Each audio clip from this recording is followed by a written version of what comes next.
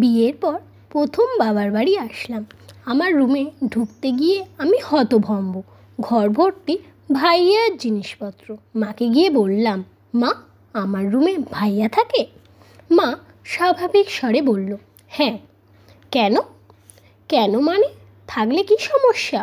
না মানে ভাইয়ার রুম তো ছিলই, আমার রুমটা কেন থাকতে হবে?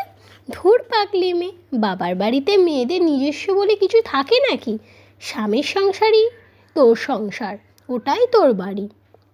মনে তীব্র ব্যথা চেপে রেখে বললাম, সে যাই হোক, এখানে যখন আসবো থাকবো কোথায়?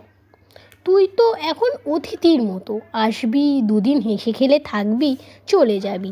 গেস্ট রুম তো পড়েই আছে, আর নইলে তোর ভাইয়ার রুম তো এক জায়গায় থাকলেই তো হয়। তোর ভাইয়া বাজারে গেছে, ও আসলে গেস্ট রুমটা খুলে দেবে। মাকে আর কিচ্ছু বললাম না।